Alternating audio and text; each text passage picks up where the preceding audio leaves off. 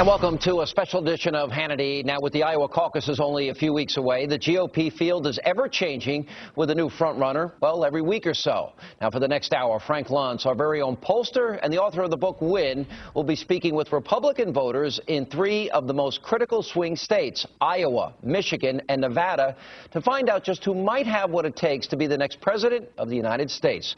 So let's get right to it. Head out to Iowa, where Frank spoke with members of a very critical voting bloc. Republican moms. Frank, take it away.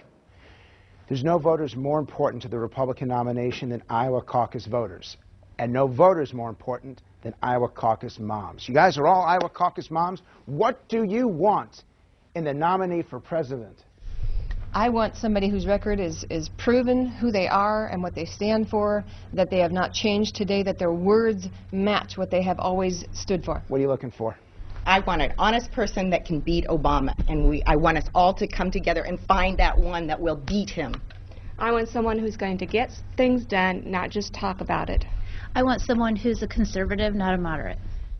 I want someone who doesn't have someone to owe a favor to or paybacks or special interests. I want no more politics as usual. I want somebody who's actually going to do what they say that they're going to do and follow through. I want someone who's going to allow me the liberty and freedom to be a mom in my home however I see it fit. If you had to choose the candidate that you identify the values deeply, or the candidate who defeats Barack Obama, who chooses defeats Barack Obama? Are we talking? Who chooses values? Values. So, I know that none of you like Barack Obama. How many of you will consider voting for Barack Obama? Okay, we got that out of the way. How important is electability in this campaign? Why is it so important? It's important because we need someone to have a change. We don't need to have the same thing in there. And I said that I think that the electability is more important than the values, and that's because I think so many of our candidates have good values that I don't think that we can go wrong with one of our candidates on that stand. But the electability is the thing that could make a difference. I think we have to have somebody that will be able to defeat him and get someone. They all stand for the values we stand for, and we just need to have the person as our candidate who will be able to defeat him. Electability or values, which is the higher priority? Electability. Why?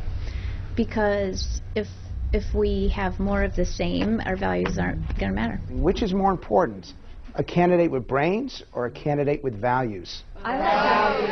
How many of you say values? I'm shocked. Explain to me why.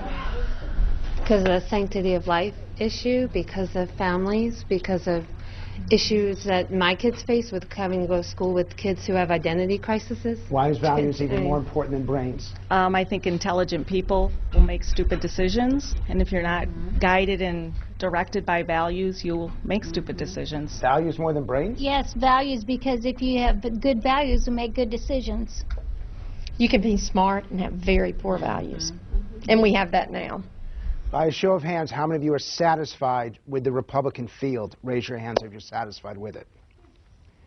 Okay, so you realize that there's a point when you all weren't. What is it that you have learned over the last few weeks that makes you satisfied? What pleases you about what's going on? Somebody in the back. I have just learned deeply. I've listened to each candidate in Cedar Rapids when they have come, learned that they have strengths where I did, such as things on the Federal Reserve, EPA, learning all of these things, where they stand. This is going to blow viewers away. How many of you have met a presidential candidate? Raise your hands. Every one of them. Look at this. Yeah, all of them. How many of you met all the presidential candidates? Well, not Mitt Romney, because he don't come here. Not Mitt Romney.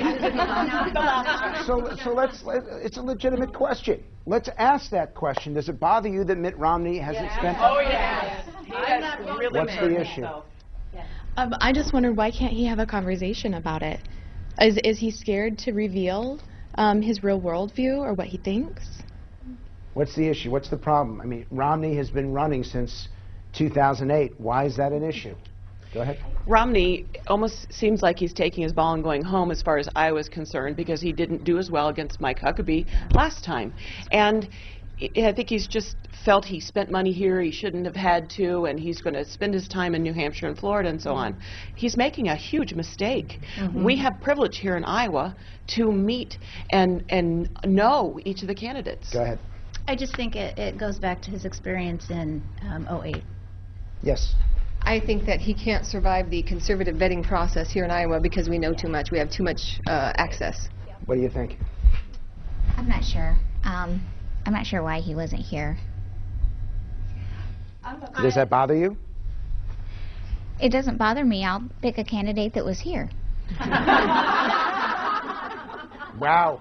Tough.